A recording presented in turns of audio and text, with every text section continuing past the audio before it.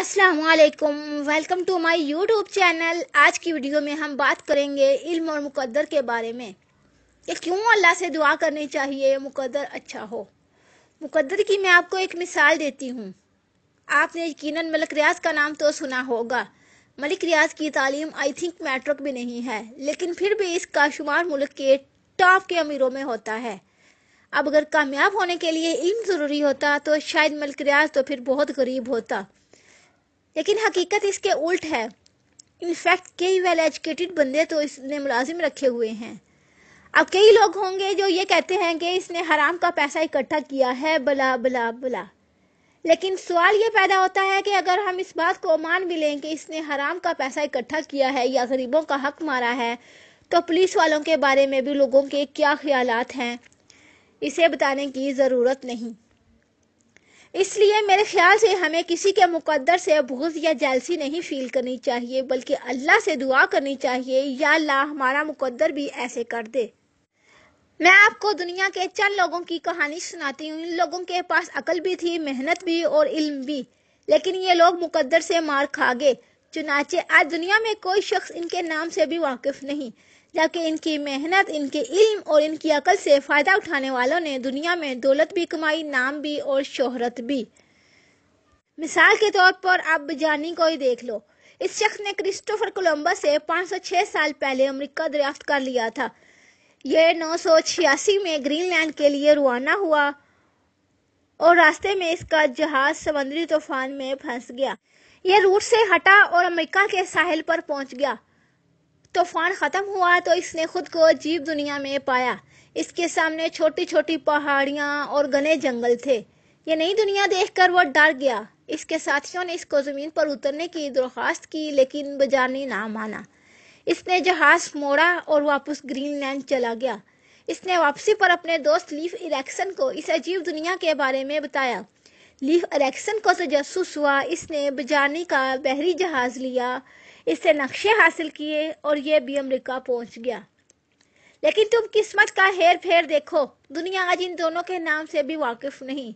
और वो Christopher Columbus जो 1492 में इंडिया का नया रास्ता तलाश करता हुआ अमेरिका पहुंचा और मरने तक नई दुनिया को इंडिया समझता रहा, दुनिया आज इसे अमेरिका का फातेह करार दे रही है। ये क्या है? क्या ये मुकद्दर का खेल नहीं?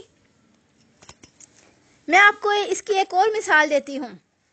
वॉलेट हिंट ने दुनिया को 25 चीज़ें दी। इसने सिलाई मशीन बनाई, इसने फाउंटेन पेन ईजाद किया और इसने सेफ्टी पिन भी बनाई। लेकिन ये तमाम ईजादात पूरी ज़िंदगी इसके लिए मजाक बनी रही।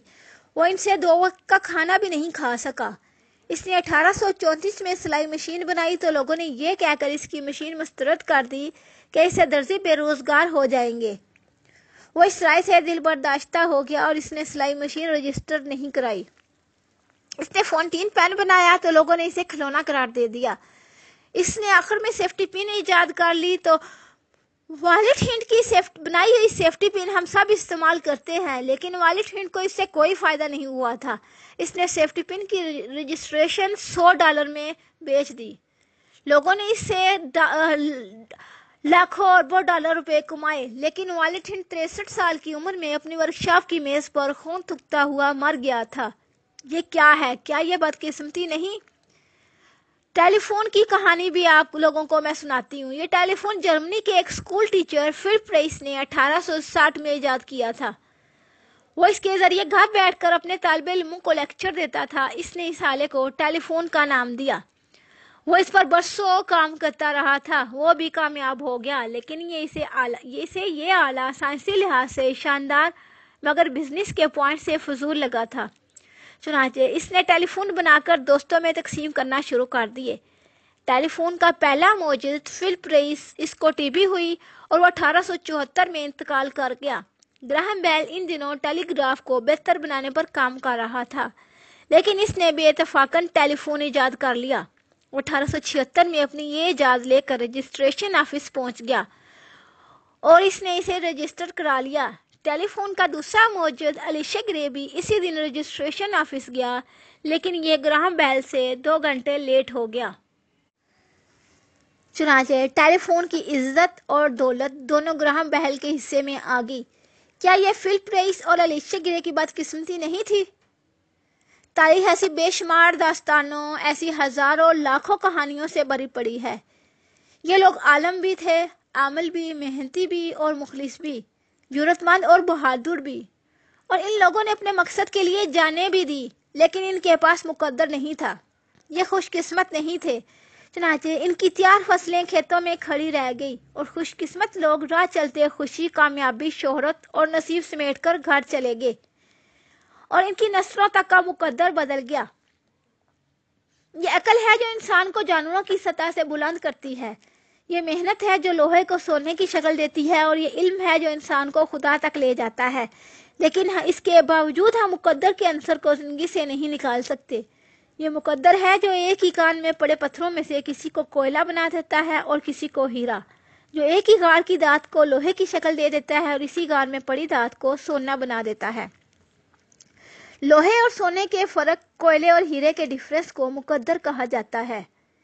چنانچہ اللہ تعالیٰ سے جب بھی مانگو مقدر مانگو، کیونکہ لوہا چاہے جتنا بھی مضبوط، چمکدار اور شاندار ہو جائے وہ لوہا ہی رہتا ہے، اور سونا خواہ کتنا ہی میلا، پرانا اور گندا کیوں نہ ہو جائے، یا یہ نالی میں ہی کیوں نہ گر جائے، یہ سونا ہی رہتا ہے۔ دنیا کا کوئی علم، دنیا بھر کی مشترکہ محنت اور ساری خلق خدا مل کر بھی لوہے کو سونا نہیں بنا سکتی، اور یہ دنیا بھر کے حاسدین بھی مل کر سونے کو لوہے کے لیول تک نہیں گرا سکتے۔ سوال یہ پیدا ہوتا ہے کہ انسان اگر بدقسمت ہو تو یہ بدقسمت لوگ کیسے زندگی گزاریں؟ اگر ان کی ہمیشہ سیدھی الٹی پڑتی ہو اور ہمیشہ ان کا یکا ستے سے مار کھا جاتا ہو اور بادشاہ ہمیشہ پیادے سے پھٹ جاتا ہو تو اس کو پھر کیا کرنا چاہیے؟ یہ بدقسمت لوگ کیسے زندگی گزاریں گے، کیا کریں؟ یہ دنیا کا مہنگا ترین سوال ہے، لیکن اس کا ہرگز یہ مطلب نہیں کہ یہ کوئی ناقابل حل معمہ ہے۔ آپ بدقسمتی کو بڑی آسانی سے خوش قسمتی میں تبدیل کر سکتے ہیں۔ آپ بس اللہ سے دعا کریں اور محنت کو زندگی بنا لیں۔ یہ دونوں مل کر کھوٹے سکے کو کھرا بنا دیں گی۔